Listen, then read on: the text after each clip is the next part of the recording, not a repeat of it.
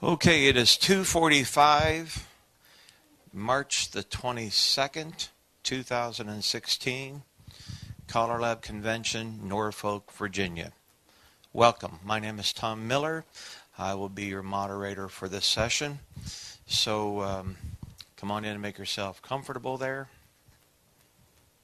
Very good. Betsy's not here yet, so we'll go ahead and get started. The session is on mentoring and recruiting new callers.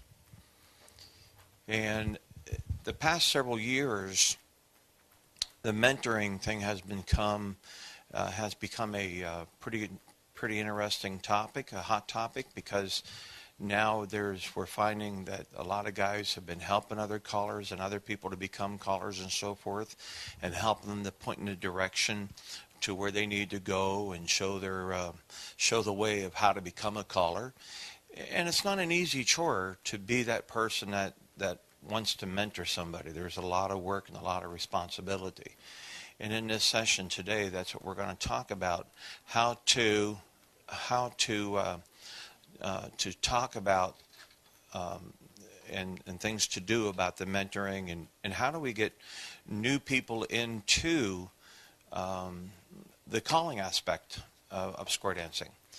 Years ago, when you had big classes and the halls were full, you were guaranteed to get 2 or 3 callers. Well, we don't have that opportunity now because the halls aren't full with a lot of people. And there used to be a lot of young callers. You know, I remember years and years ago when I first come to CALLERLAB, there was a lot of us young ones. And here we are 30 plus years later, and the young ones that were back then are still the young ones that's coming today. It's only a handful, and you can see just by walking through the hallways of how many young callers that we have. So the mentoring side of it is something that if you're looking to help with callers, get somebody that's interested in calling, that's this is a place you want to be, because we're going to give you some helping hints and so forth on just that. Somebody asked the question, do I have to be an accredited caller coach to be a mentor, to help somebody mentor? And the answer to that is no. And Betsy will talk a little bit more about that here in a few minutes. So I like to start the session with, got my notes right here. This is Sherry's husband, Jack Pladdys. Jack's been calling for 34 years. He's been mentoring callers since 1988. And he is looking to get his accreditation for caller coach sometime the latter part of this year. Jack hails from Cincinnati, Ohio. He's the vice chair for programming squares for the 2017 National Square Dance Convention in Cincinnati, held the last week of June. So let's give a nice hand to Mr. Jack Pladdys. Thank you, Tom. So I'd like to preface a little bit before I start the slide. I've got a handout. Okay, it's the exact same PowerPoint that we're going to see today, but I decided I want to wait and let you have it, so all the surprise stuff is a surprise to you instead of you thumbing through it. I have to tell you what started me mentoring, what made me want to be a mentor caller. There are 2 reasons. Okay, number one, I feel like I had the best mentor a caller could ever have, and I'm sure everybody in this room that had a mentor probably thinks the same thing. But my mentor was just fantastic.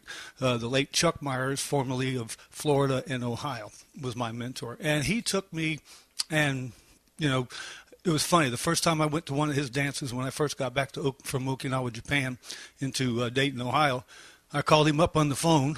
You know, and I'd only been calling for a year, you know, so I thought I knew it all. And I called him up on the phone because he was recommended to me. And I said, Mr. Myers, I'm going to come to your dance tonight in Medway, Ohio. And he told me, he says, well, and I told him, I said, I'm a caller, you know, of course, you know.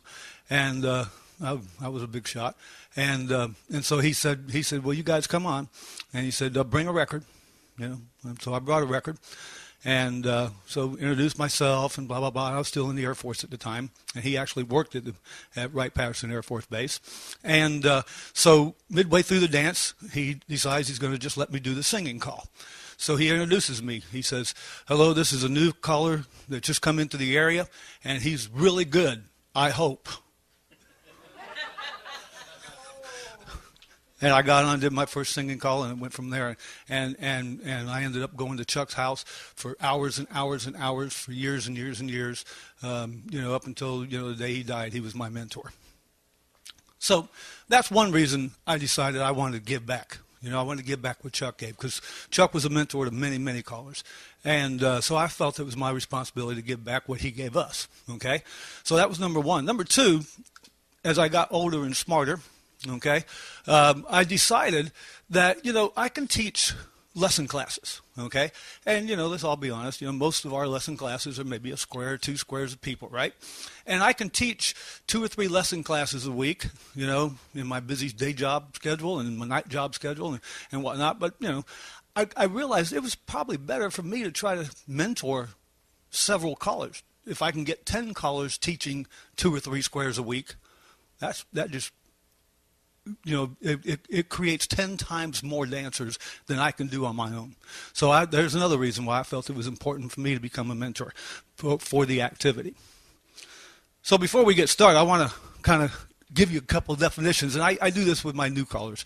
Okay, first thing, we want to talk about the definition of a caller, and always try to be upfront with these guys. Definition of a caller: someone who packs up $5,000 worth of equipment in a $1,500 car with 250,000 miles on it, drives 300 miles round trips, eats drive-through food, makes about $100, and still considers it to be a privilege. That's the definition of a caller. Now, I don't know if you guys, some of you may have seen this, but one of the favorite things that I picked up many, many years ago at one of the square dance conventions or something like that was a sheet of paper that talks about the evolution of the caller. So I wanted to share the evolution of a caller with you. So we got our brand new caller, okay? He sees the club caller doing what the club caller does, thinks it's a cinch, and wants to be a caller. Then after about a year, he didn't know it would be so much work and expensive. Then after about 2 years of working and everything, he's getting a little confident, ready to fall and teach and fall into place and become a teacher and a caller. Incidentally, generically, I'm saying he. Please remember it's a he, she. Okay? The fourth one is the mic hogger. And we all know this caller, the terror of the plains and the conventions. After 3 years, these guys, 3 to 5 years, they really start getting good. They're starting to get their timing down. They're going to the state conventions, and they're getting mad because they're not on the 9 o'clock hour and all that kind of stuff. These are those guys, okay? Then after about 5 to 10 years, they start settling in, okay? Leveling off, getting pretty good at what they do, ready to be a leader. Okay? And then, after 10 years, they are a pretty good caller, pretty good leader, trying to figure out how to hold off the 3-year hot shots. So let's talk about recruiting. And that slide is in the present, or is in my handout, so you'll be able to enjoy that. How many of you seen that before? That's really a cool thing. I like it. Yeah. Did you do that? Stan Burdick, that's right. I knew it was from back in his day, yep. All right. Who and how do we recruit? I think we need to be honest with ourselves who we're recruiting, okay? As Tom mentioned, years ago when we had these big classes, we were getting 2 or 3 guys out of, 2 or 3 girls or guys out of classes on a regular basis with a lot of talent. Okay, in my area, for example, in the Dayton, Ohio, Cincinnati area, when I first got in that area in the mid-'80s, oh my gosh, there was like 20 guys that could have been top caller in the world. Okay, and now we're struggling to find 10 guys that can even teach now, and this is all in Southern Ohio. Okay, so yeah, we're running out of callers, and we have to be selective of who we get because we don't want to hurt the activity either. So think it through before you tell someone they should become a caller.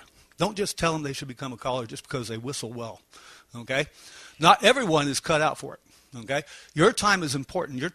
I don't know how you guys are, but I still work a day job, and I maintain a 250 square dances a year schedule, and teaching classes, and teaching college. So my time is valuable. Okay, and I don't want to waste my time on somebody that's really not cut out for this. Okay, all right.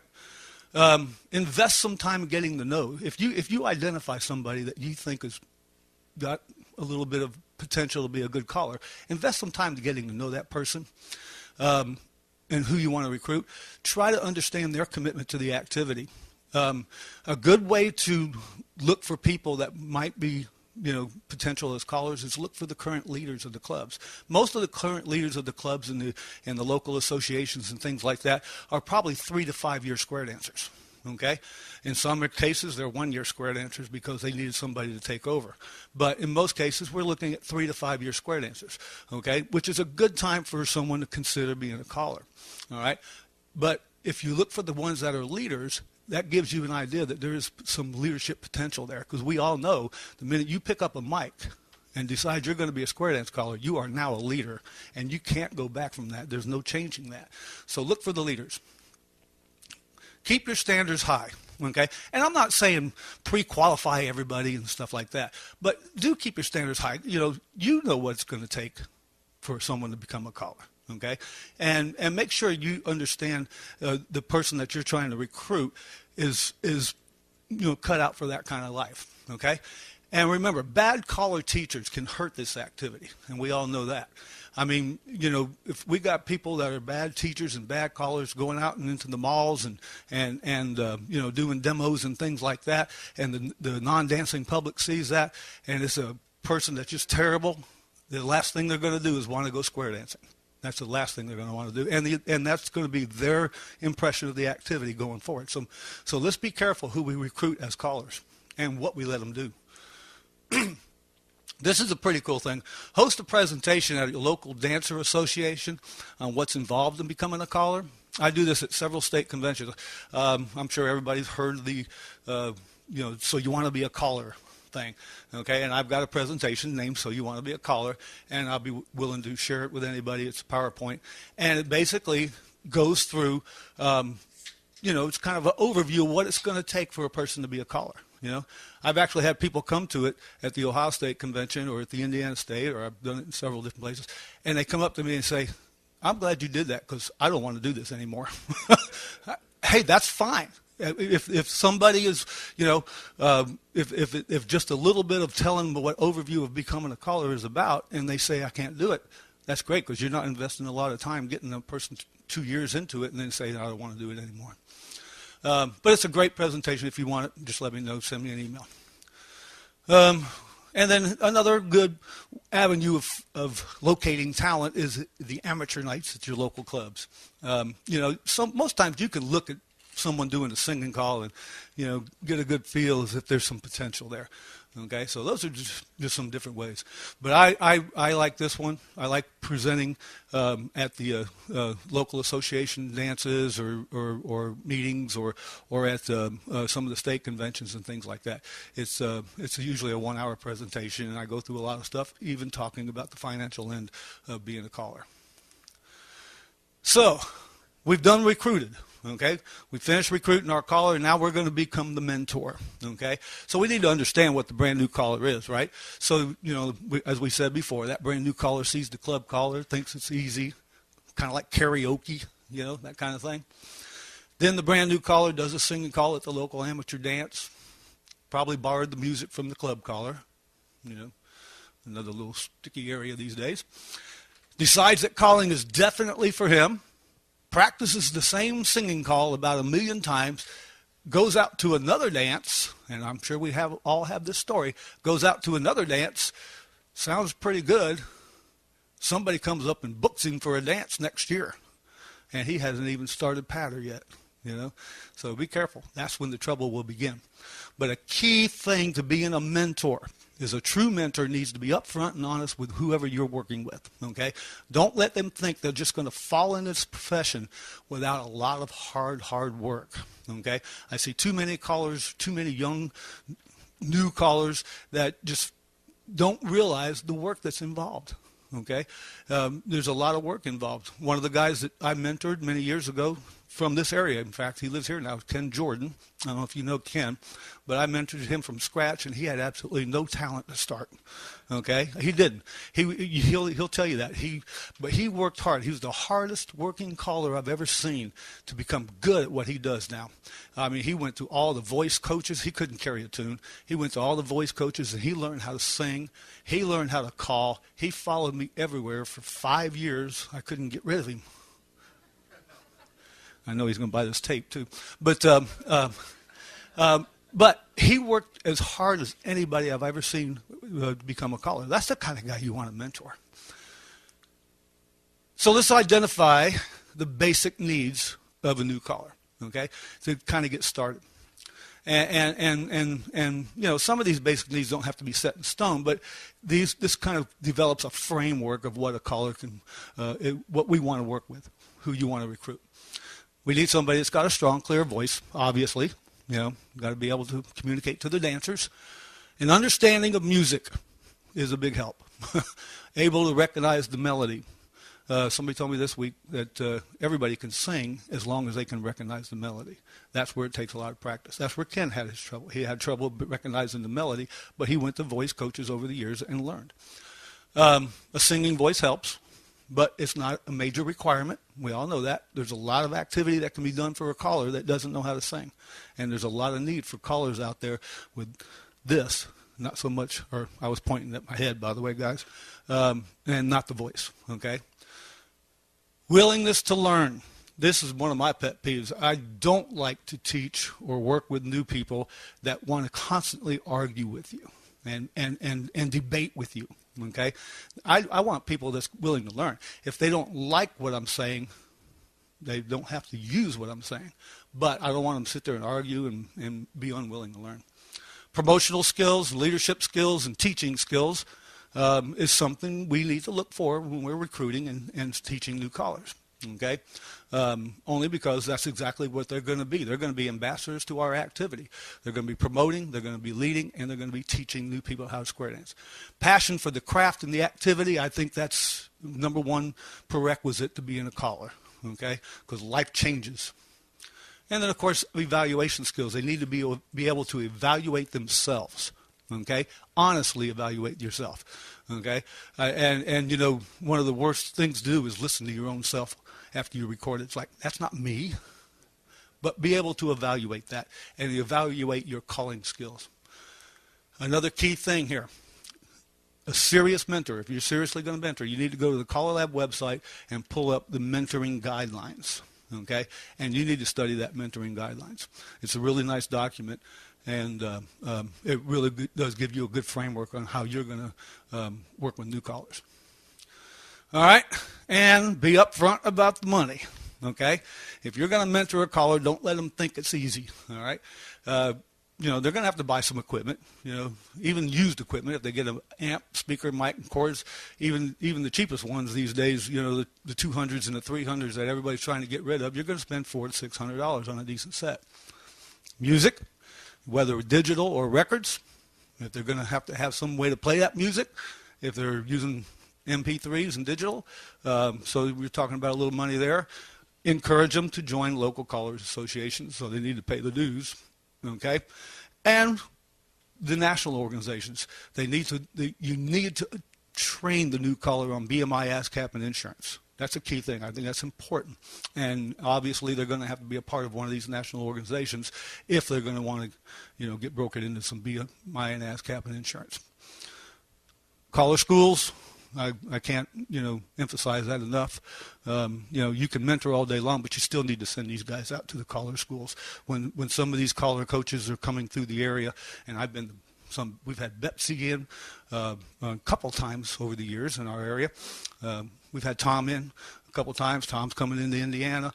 I've already worked with my local college association to they're going to pay for everybody that's in our association to go to Tom's seminar here in August. Okay, and these are things that you need to do. You need to push that. Okay. Key, And another one of my keys to mentoring. The mentor can often assist easing the initial shock of investment by offering the recruit to use their extra equipment. Most of us have 2 or 3 sets, for that matter, and so it wouldn't hurt to, that brand new caller to let them use your equipment over at the house, give them a half a yak or whatever the case may be, let them practice. But don't enable them, okay? Don't enable people, okay? If you enable a caller by giving them music, first of all, you're doing something unethical, okay? If you give somebody music, or if you sell somebody music, you need to erase it off your electronic files, okay? So don't enable new callers. Don't get them into bad habits right off the bat, okay? All right, so in the first year, you need to identify to this new caller that they have to study, practice. And these are some of the ways I like to do it, and I'll go through this quickly so that we can move on. Have the recruit create a paper notebook, okay? Nothing reinforces better than writing it yourself, not typing. This is a personal peeve for me. I think, we get lazy sometimes, okay? They're even talking about not teaching cursive in school anymore, okay? All right, we get lazy sometimes, and I think the best way to reinforce is to write it yourself, especially when you're brand new. Obviously we have a lot of avenues of choreographic ways to do things as far as using computers and SD programs and things like that, but early on, reinforce it by writing it. Get them a set of checkers, okay? Buy a set of checkers for them. Okay, because they'll keep those checkers forever, and that'll remind them that you were their mentor. All right, but using checkers might seem archaic, especially in this day and age of computers, but it reinforces better than using a keyboard. Okay, they actually move them around and see it doing it in their head while they're doing it. Highly recommend they all go out to the CALLERLAB website and get the formation sheet, the program list, the definitions, the new caller manual. That's a great manual. It's only $25, and there's a lot of good information in there. The analyzing a call sheet, things like that. They need to start that, and that can go in their notebook. Okay. Encourage the recruit to join the local callers association. All right. We kind of already talked about that. Make them commit to attend. And this is important. This is where you're going to find out their commitment to wanting to be a caller. If they really seriously want to do this, I say make them commit to attend a class every week and a dance at least every other week, at least the first year. Okay? They need to be out there going to somebody's class, preferably yours because you're the mentor, and seeing how you teach and learning the habits and things like that. They need to go out to dances. Resources are plentiful with the internet, CALLERLAB, Terminations, Cedar.net. We all know the different places we can go. There's there's many more. Those are just a couple examples. So there's, if you think about it, I've been calling 34 years, and these guys have been calling longer than that, I think. And we didn't have all this stuff when we first started calling. We really didn't. So sometimes maybe this makes it too easy to learn, okay? But there is still a lot of good information, and the resources are so much better to learn how to call now than they were back in the days when we all started. Number 7, help them prepare for guest tips. Emphasize they use short, easy pattern singing calls. So eventually your recruit, you're going to let them start getting up on the mic and doing guest tips, all right? Make sure if you're going to mentor them, first of all, they need to do short, easy patter, okay? We don't want them trying to do double flip back and relay the thingamajigger, okay? All right? They need to do swing through, boys run, bend the line for start off, okay? Only because, not because it's boring or anything, but because they get a one-time shot, okay? And when they're up there, they're already nervous, calling in front of that first crowd that they're calling for. You want them to be successful, and you want this guest tip that they're doing, you want it to be an ego booster. You want it to be, to build your confidence. You want it to be a confidence builder, okay? You don't want it to be a killer. Plus, you need to remind them that the dancers have long memories. And if dancers are dancing a guest tip, and the caller is doing choreography that just doesn't keep them dancing, they're going to remember that, and they're not going to get booked. So Keep that in mind. Encourage the recruit. This is what I'm big on, okay? And I'm way back from the beginning. Encourage the recruit to attend Tom Miller National Caller events, and invest in some of their recordings. This is no kidding. Tell them to go out and buy the CDs from these guys that are traveling and doing these big things. These guys aren't good by mistake. They're not. All right, I promise you, they're not. These guys that are doing festivals and they didn't just fall into this stuff. They're good because they worked hard, and the new caller can learn a lot by studying CDs and listening to how they deliver things and how they do things. You can learn a lot from that. When I first started calling, I was in Okinawa, Japan, okay, stationed at Kadena Air Base, and it just so happens all the other callers left the island at the same time. We were all military, and they all left the island. This was this was June the 9th, 1982, when the club said, okay, you'll be our caller. The first dance is June the 22nd. I had 2 weeks to prepare. And so what I did is I took a bunch of Wade Driver records and I turned them over, and my daughter had just been born, and I'm holding her in my arms in the bedroom after work every day, and I'm singing those songs 6 hours a night until I went to bed from the time I got home from work. And that's how I learned to call. I learned to call because I thought I was Wade Driver. Recommend they involve their partner from the beginning, if there's a partner involved, okay? This will be a game changer for the partner too. They need to know that. They need to know that, okay? And get the partner involved early on if possible. One thing I like to do is I tell them to try to find some friends to work with occasionally. You know, invite some people over to the house, 8 people, so you can practice on human checkers. Okay, that's one good thing to do with the new caller while you're mentoring. If possible, it's nice to allow the new recruit to travel to dances with you. I did this with Chuck all the time early on, and you don't know how much you can learn talking shop on a 2-hour drive to a square dance. Okay, and back. And I'm seeing Corbin shaking his head, so I got a feeling you guys did this, right? Yeah. Tom and Corey did this. Instill the goal of becoming a great teacher. This is a key thing. Chuck told me that if I want to be successful in square dancing, I need to be a great teacher first. Okay, then a great entertainer second. But being a great teacher first, and that's the way I always work. Consider hosting some clinics and workshops on a reoccurring basis. Okay, in my area, this year I've started a school called the Midwest Caller School. Imagine that, Ohio. And what I did is I started in October, and it's still going on. I do it twice a month for anywhere from 4 to 6 hours on a Saturday morning. And I've got 15 callers coming to my school. And 5 of them are experienced callers, but they wanted to come too.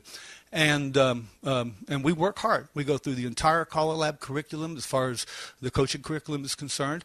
I do lecture for them, and then we do a lot of practice calling. I give them homework assignments when they leave, and they bring it back the next time, or they come back prepared to do whatever they're supposed to do from this homework assignment. We've had 9 sessions. Our 10th and final session is April 9th, but they've already all talked me into doing more. And so we're just going to continue it on until as soon as I find some more Saturdays available.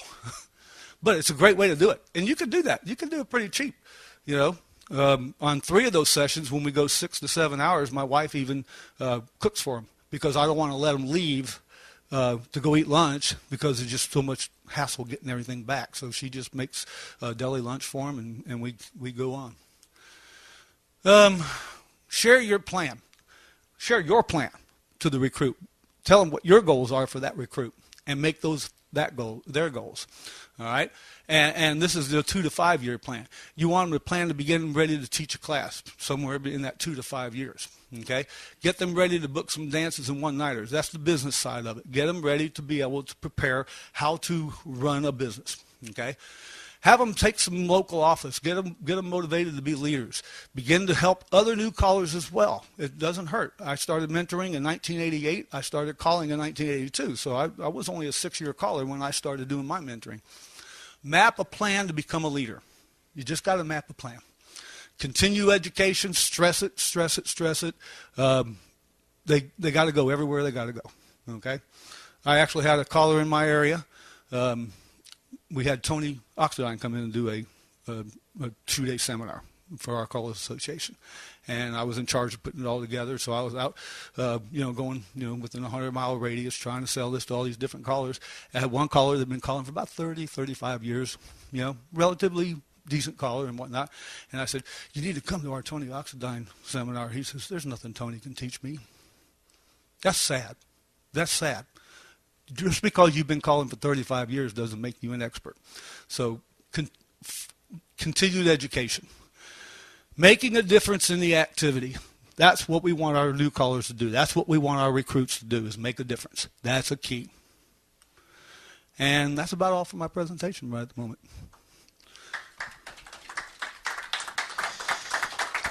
Okay, we're going to have some minutes at the end of the session for some Q&A, so think of some questions a little bit later on for Jack and Betsy. So I'd like to turn over the microphone to Betsy Gatta from North Brunswick, New Jersey. Betsy has been calling 54 years. That means that I was 3 years old when she started. At least you were alive. There are some people here who weren't alive. She has been an accredited caller coach for 25 years, and she is the chairman of Caller Training Committee. Ladies and gentlemen, Betsy Gatta. All right. I'm going to agree with a lot of what Jack said and probably say it over again, because that's what we need to do, is keep doing the same stuff and making sure. The dancers need opportunities to see if they want to call. Mentors can sometimes see dancer interest in calling even when the dancers are in lessons. Some new dancers ask questions that show a greater appreciation of the choreography. There are people who come up and go, I don't know how to do-si-do. And there are people who come up and go, can do-si-do be fractionalized? One of these people is going to be a caller. Well, I wasn't going to go there, yeah, but that's the point. So you need opportunities to call, but make sure that if you're going to encourage these people, make sure that you let them enjoy the dancing, complete classes, and get a good foundation before you start pulling them into calling. Because if they can't really dance comfortably, they're not going to become good callers. They need opportunities. And Jack already mentioned amateur night. If the club or the local association has an amateur night, you can work with the caller and get them to learn a singing call. One way to deal with music at this point in time is I buy new music, and for quite a while I bought CDs, and then I put them on my computer. So if I own a CD and I haven't put it on my computer, I can hand it off to new caller Tommy and let him use it, because I don't have a copy of it anywhere. So I can make sure that I've not cheated the music salespeople in making a copy. Or you can have them download something. Everybody these days seems to be able to download things on their phone, except me. A mentor can help by providing music or equipment temporarily, or advice. If people are getting into calling, you can provide advice as to alternative equipment rather than use stuff. My husband for a while was using a regular mixer, a powered mixer, instead of a Hilton or some other amplifier that we would perhaps choose, which was a whole lot cheaper than the square dance equipment. Maybe it weighed more, but show them that there are alternatives. A callers association can start a mentoring program. If there is a local magazine, an ad may bring in out interested people. You can also announce it at dances. Hey, we're going to be starting a mentoring program. We're going to have classes once a week on Saturday from 1 to 3 for 10 weeks. Come and see if you want to learn to call. And the other really good thing in this, Jack had the new callers, and they think it's easy like karaoke. If you get some volunteer dancers, either at a program like this or if you run a caller school, you get volunteer dancers who come out and they're the guinea pigs for the callers, they will get a better impression of all the complexities involved in calling. Because let's face it, the three of us, if we get up to call, we make it look easy. It doesn't look like we're juggling. Well, remember the old, and you probably saw it on YouTube if you're not old enough, spinning plates. They get pole and they spin a plate, and then they get another pole and they spin a plate, and then they get another pole and they spin a plate, and then they have to run back and spin the next one because it's about to fall down, and then they add a fourth one, and then they run back and spin the first one and the second one, and then they add a fifth one and run back.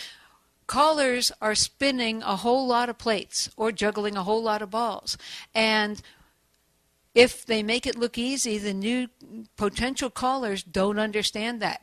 If a dancer comes out and watches the process, they will get it. They may develop an interest in calling. They may also decide, holy mackerel, that's a whole lot more complex than what I thought it was, and that will be they will not continue. Or somebody may go, this is really kind of fun from the dancing side, but I'm going to try it the other way. Because Joe Smith is up here and he can't think of the words, and I can think of all the words. Let me try it.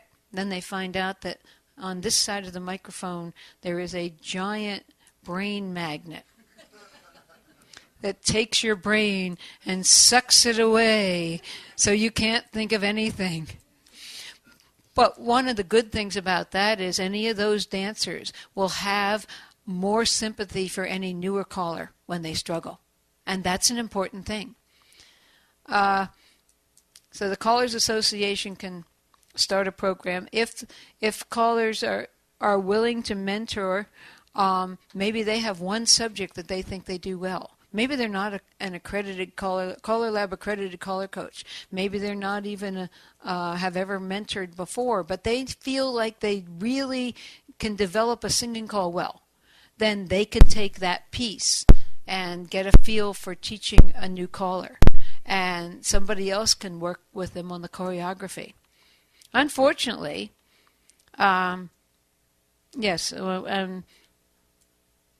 we also need to, Jack mentioned the mentoring guidelines.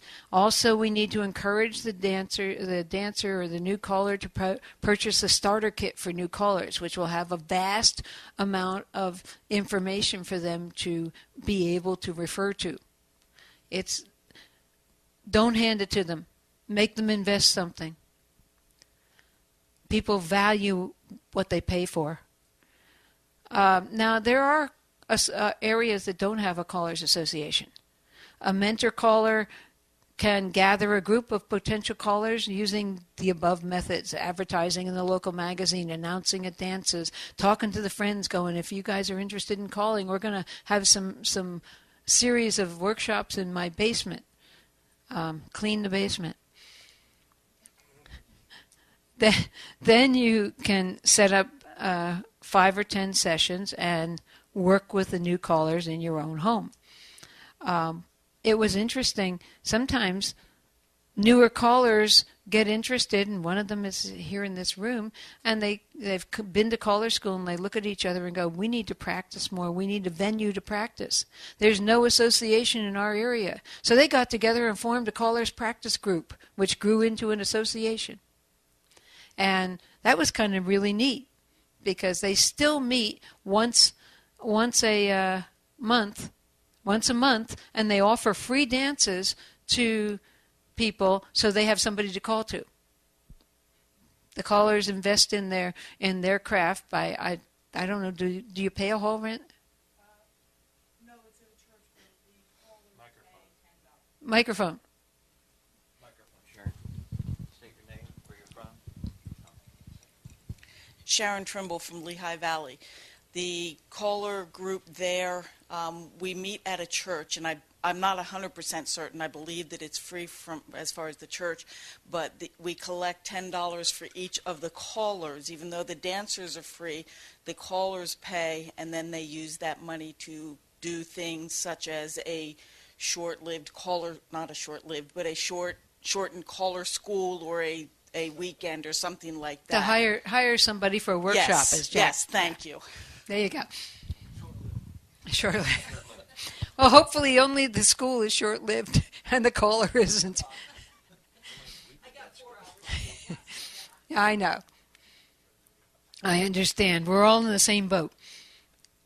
Yeah, and that's one thing nobody tells new callers about is the endurance that might be needed. You go to a convention and you're going to call your one tip. That's not all you're going to do. You're going to talk with a whole bunch of other callers. You're going to stay up late nights trying to learn stuff, and then you got to get up early because as the new person you got the 9 a.m. spot. So that's something to tell people about. It's an important factor. Okay, so the mentor caller can gather people up and do a series of caller lessons on their own. I just heard, and I haven't had a chance to see it, Gardner back there mentioned that can you elaborate on the microphone, please, Gardner?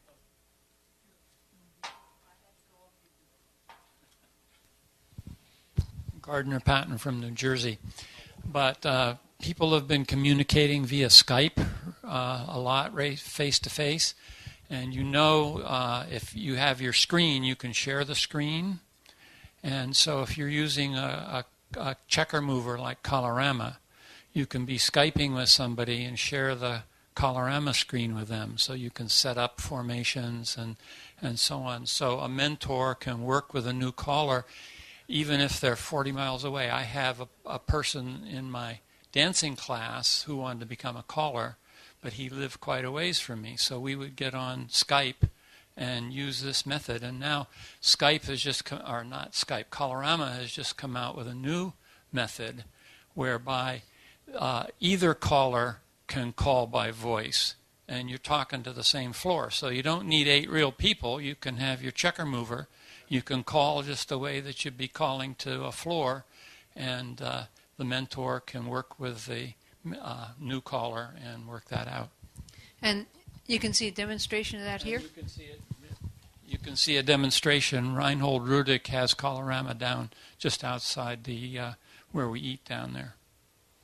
So there's another possibility if somebody can't travel to your callers' sessions.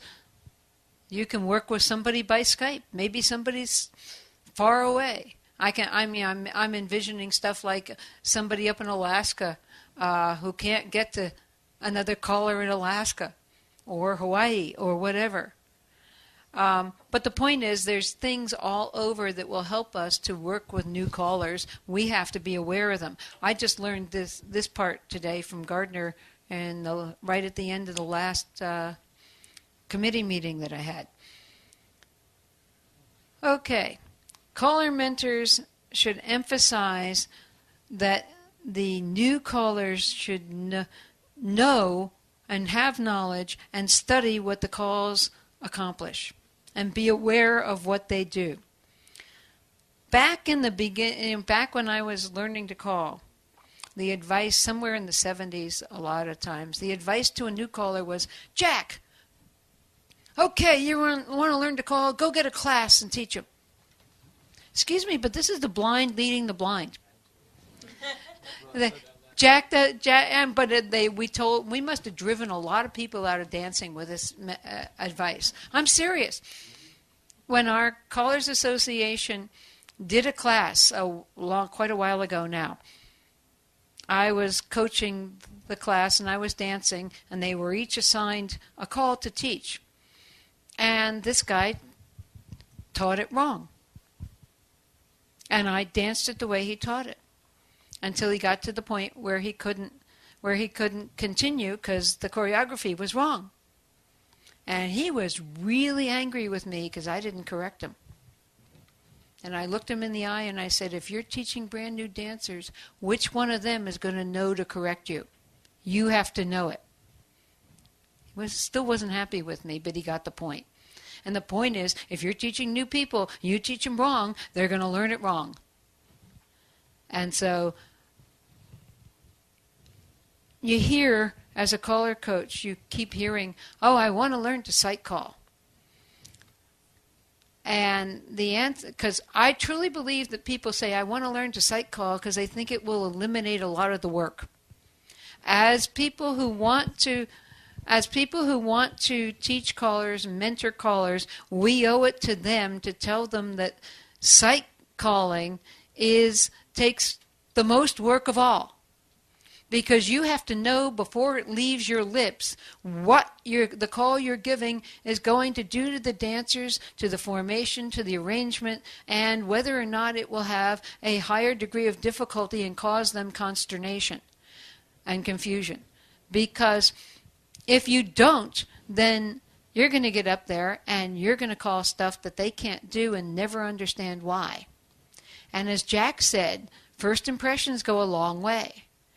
And if somebody comes out and dances a dance to you and you confuse them and they don't have a good time, 10 years later when you perhaps have gotten a whole lot better, they're going to go, oh no, John Smith, I danced to him 10 years ago. He was awful. I'm never going to go dance to him again. So new callers can, and we as the experienced callers need to tell these folks the facts of life. If you get out there too early, you're going to ruin your career, or you're going to hold your career back because you didn't show off. You showed off poorly, and people will remember it. Another thing we need to, Jack was saying about the 2 to 5 year plan where you want to get them ready to book guest dances and stuff.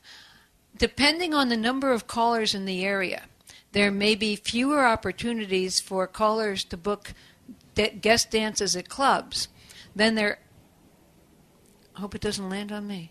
Then there is for the dancers to do new dancer parties. And that is a special skill. We as people who are going to recruit callers can tell them, hey, look, here's the deal. Breaking into a club scene in this area may be really tough, and it'll take a while. You got a whole big investment in music and stuff. You need to learn to do a good job for beginner parties. There's a couple of 3 factors. One is they pay well. 2 is it's an important fact of calling. It's very important to do good beginner parties because that's where the people who have no clue about the square dance activity learn about it. And if you do a poor job, again, it won't be your career, it'll be the square dance activity that's hurt. So you need to learn to do a good job, but it's easier choreography because you have a limited number of calls. You have to learn to manage those calls. The dancers, if you call a beginner party with 5 calls, you may be bored out of your skull. The dancers, in the meantime, are perfectly happy because they don't know, this is all new to them. So that's part of what we need to impart to the new callers, is how important it is to learn to do these things. The third thing is there's a good opportunity for it because a lot of times I get calls for beginner parties, for groups, for birthday parties, etc., and they're calling me a whole 3 months in advance. I've been booked for a year. But if you're a newer caller who can do a good job at a beginner party, you can help earn the amount of money that will pay for your equipment because they pay better and the opportunities are there. And as you get comfortable in front of the public, that will also translate so you can get hired for a club date. So one of the things we need to tell people is how to work on this 2 to 5 year plan and how to help yourselves earn some money. A lot of callers, and I think it still is true, get into the calling because they see the famous caller on stage. We'll pick on Tommy. Tommy's on stage, and Tommy's having a great time, and every dancer loves Tommy, and he makes it look so easy, and I want to be a caller like Tom Miller. That's because it is easy. Yeah, right. It's not easy. It wasn't easy in the beginning. Now it's easy for you. But the point is, they see this They think it's easy. They see the adulation, and that's what they're looking for. They don't understand that not all of us are ever going to be as hired at big festivals like Tom Miller, even if we got as good as Tom. And so part of what we need to tell new callers as we're recruiting them, getting them into the activity, is you need to find your own niche. If you think that you're going to go right to the top and go to the festivals, you're probably wrong. I hope for your sake it might work, but you're probably wrong. But you can make a difference to the square dance activity by doing beginner parties, by teaching lessons, by taking the people that are struggling in classes and doing workshops. All of these activities will help your choreographic knowledge and will benefit the square dance activity.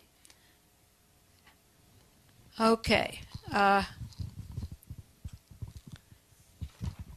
trying to see if there's anything else I need. Oh, teaching skills. We need to enable the new callers that were mentored to develop teaching skills. We need teaching for the beginner parties. And as I said, if they're going to do a workshop or something, they need to be able to teach. Teaching is not a natural thing. We tend to teach how we learn. And until we did, here at CALLERLAB, did some seminars on teaching styles, learning styles, etc., I think a lot of us callers are out there in the real world, and if the dancers didn't understand it, we said it louder and slower. And it still didn't work. We can laugh, but how many people were turned away? So we need to help the newer callers become better teachers. Emphasize that. You can, as a caller mentor, encourage a club to offer tips to new callers. In our area, the one club, after our Callers Association graduated a small caller school, one new club, they didn't do rounds. They had a hired caller, say me for example, and then they would, in the break, rather than having just a break, a newer caller from this class was asked to be the caller for that night, and in the break they would do either a patter or a singing call and give them practice and give them exposure. And you as a person, if you call for a club on a regular basis, you can facilitate a tip or two for a newer caller or a patter call or a singing call without necessarily giving up all of your time. It's just they came up with this, and I'm willing to pass it on to you. Another thing for teaching, you can mentor a teacher by having them, first they attend your class with you and they watch, and then assign them a call to teach that night or the next week, and tell them how to find the definitions, how to work on it, and then give them feedback about what they did right and what they did wrong, and make sure you mention what they did right, because it's very discouraging when you keep telling everybody just what they did wrong. And after mentoring somebody for, say, one teaching season, and Gesundheit, after mentoring people for one teaching season, then the newer caller is much more conversant with what they need to practice to become a teaching caller. Okay. Again, like the dance I mentioned that the Delaware Valley Callers group does. You get a group of newer callers together and encourage them to have a dance. If they each contribute some money, invite dancers out, maybe provide some, offer them food. Food is a good incentive to get dancers to come out, and then they'll be your guinea pigs. It's going to be an investment for the newer caller. They're going to have to pay, share the hall rent, get several callers, and then critique them and have them critique each other. They can learn from each other. That's what the Delaware Valley Association did first. Was they all been in caller school, and then they would practice and critique each other. I believe they're still doing that now. Okay, I'm trying to think if there's anything else I need to say, but These are the ideas that I have on mentoring and recruiting callers. Very good. Very nice. So, And there is a handout. we talked about, what to do and getting the particular caller ready to do this guest spot, maybe a dance or one-nighter party. But we really haven't touched bases on how do we prepare ourselves to be that person that's going to become the mentor. Let me give you a scenario. Let's say that Betsy's in an area, there's no other callers around her within maybe a 50, 60-mile radius. She has a class, and somebody in that class decides to be a caller. Now, Betsy has never mentored a single person up to this point to be a caller. And that person comes to Betsy and says, I need help. What's the responsibility for Betsy? What if she agrees to do it? You need to know a couple of things. First of all, you need to know how to call or teach the material that you've been calling. You have to know not just about party dances or teaching. And yeah, she's been calling for 35 years, but never put anybody through a mentoring session or anything like that. So before she can actually agree to do that, she should be doing her homework. Can I call somebody? Can I call one of my friends? I have some questions. Let me tell you, a lot of callers does not understand the mechanics of the choreographic side when it comes to square dance calling. So if we don't understand it, how do we teach a new caller how to call? We have to be prepared to do just that. Because what happens if a question would come up and say, well, Betsy, I don't understand what a technical zero is. Can you help me with that? If she doesn't know and just gives them an answer, it's not going to be good for that new caller that wants to be, and it's not going to be a good outcome for Betsy because she was mentoring. So we as callers that want to mentor other callers, we have to know what needs to happen. There's steps that needs to be taken. You don't start them out, calling an A1 star tip. You have to teach these guys and take baby steps with them. And it might take a long, long time. There's comments made up here and I get kind of embarrassed and so forth. What I do for a living is call square dances. And I'm a square dance caller just like you people are square dance callers. Some of us have better breaks than others. Some of us have the avenue that we took to become the callers that we are. There's callers that only want to go to this point. But I get kind of embarrassed when I hear people say, there's Tom Miller, he stands up here on a stage and makes easy.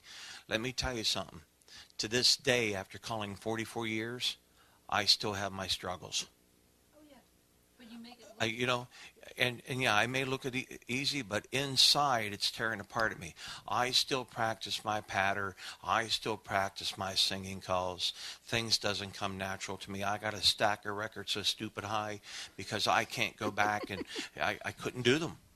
And when I tell that to people, they're like, you're kidding. And I said, no, I'm not kidding. I work every day as a square dance caller.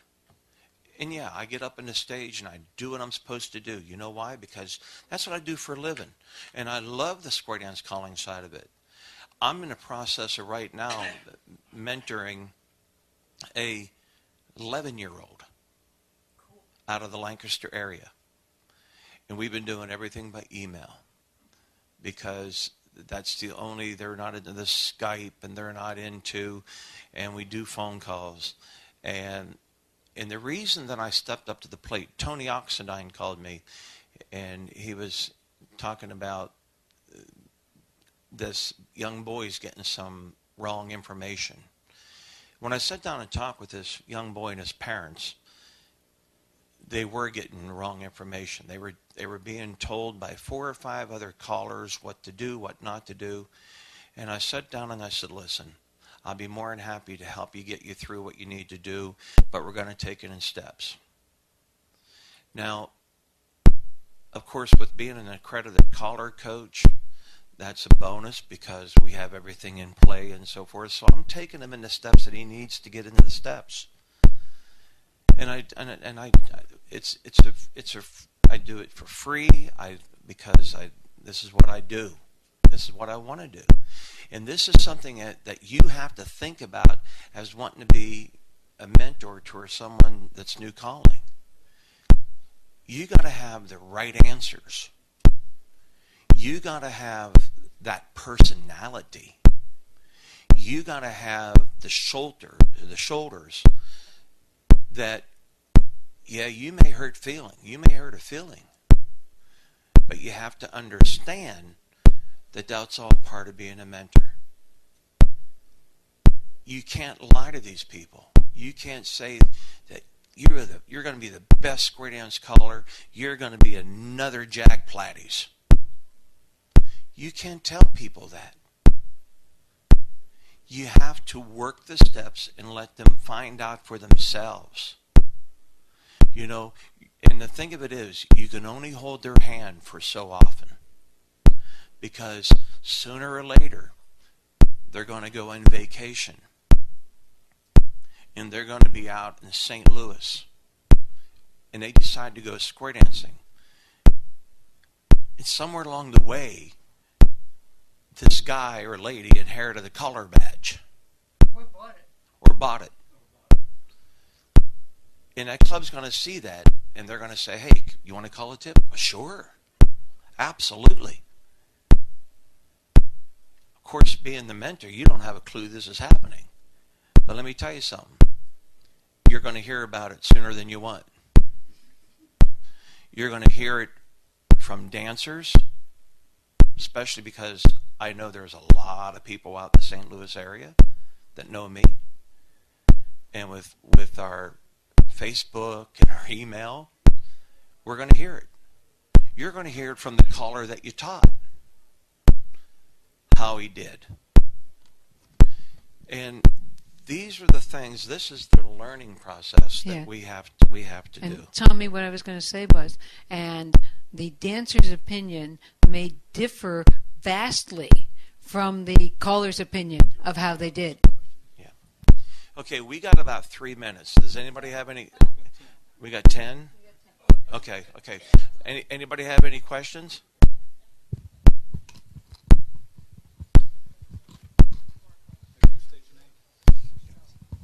Hi, I'm Mike Callahan from New York. I've been mentoring a gentleman that Betsy knows real well. And as Tom said, in steps, that's what you do. First of all, he wanted to do singing calls. So we picked out a singing call, and he did that for 6 months to a year. And I found out he's still working on it. And he has notes, and he works out his choreography. So then I let him do a patter call when he came, and he's doing real good with that. So this year, when I teach a class, I let him teach one call. I give him an assignment, and I say, okay, why don't you teach walk and dodge next week or something like that. And he'll bring in his notes. He has everything laid out. So I know this guy is serious. And I think that's what Tom said. You have to do it in steps. You can't all of a sudden say, okay, this you gotta do this, you gotta do this, you gotta do this. Do it in gradual steps. And I had a question for you guys. I have another guy that expressed an interest to me about calling, and he got out of classes about 2 years ago, mainstream classes, and he says, I think I could really do this, he said, but I really want to learn my plus calls first, and he's not too bad. Should I encourage him or let him wait to get, because he said, I don't think I'd feel comfortable calling unless I could dance plus. So what do you guys think? Should I encourage him now or let him wait? Because I'm afraid he might fall off if I let him wait. My feeling is, I would always try and let him wait. If he wants to start practicing some singing call, have him do that while he's learning the plus calls, but no more than that. Don't give him a lot of theory or structure. But explain to him the nature of a singing call. Give him an assignment while he's practicing to analyze the figure in the singing call and why it worked and why it didn't and how it felt as he's dancing. Give him stuff to do while he's dancing, but I wouldn't push him beyond anything else until he wanted to finish the plus class. Mike, just a comment. The question is how big of a monster do you want to create? I mean, because my thought process to that is, if you start down here and you work your way up with these guys, if they trip and fall, they don't have very far to go. But if you start them up here and they're not successful, they have a long way to go when they fall. It's going to hurt. Because once they get up here, they never want to go back to here. One thing I like to add to that is, remember, when you're mentoring these guys, you're putting your name on the bottom of that document. That caller is going to go out, do the things that they want to do, and somebody's going to say, "Where'd you learn to call?" "Well, I learned to call from Jack Pladdys," or "I learned to call from Betsy." That's going to say a lot about us. So make sure you're working with these guys from the bottom up. Any other questions? Lynn Webster from Minneapolis, Minnesota. I'm a part of our Callers Association. They kind of put me in charge of getting some documents, information on how to recruit new callers or information for new callers. And I did pick up the callers book at CALLERLAB. But my question I liked what he presented, and so you want to be a caller. And I have the opportunity to write an article every month in our callers or in our Square Dance book or whatever you call it. So that's what I'm going to do. Is one of the articles is going to be, so you want to be a new caller. Is there any other hints? I have a question, Lynn. Yeah. You said you picked up the new callers book. Was that the starter kit for new callers? Yes. Okay, because there also is, Jack had mentioned it, I'll state it again, there is a mentoring document for people who want to work with new callers that people need to be aware of. Yeah, I'm not quite ready to mentor a caller, but, I'd like to, maybe. Right. Yeah. You want to recruit, but after you recruit them, you got to be ready to do something with them. All right. Dave is cutting us off. Okay, on behalf of Jack Pladdys, Betsy, my name is Tom Miller. Thank you for attending, mentoring, and recruiting new callers. I hope that you had a great session. I hope you're leaving here with a lot of information. Thanks for attending the 2016 CALLERLAB here in Norfolk, Virginia. Thank you very much. And I'd like to, everybody give Tom a great big hand. He does a great job of moderating. Again, all this information, I've got PowerPoints and things like that. If you want anything, all three of us, we're always willing to be helpful. And you can email us. That's a nice thing these days. Thanks, guys. Have a great day.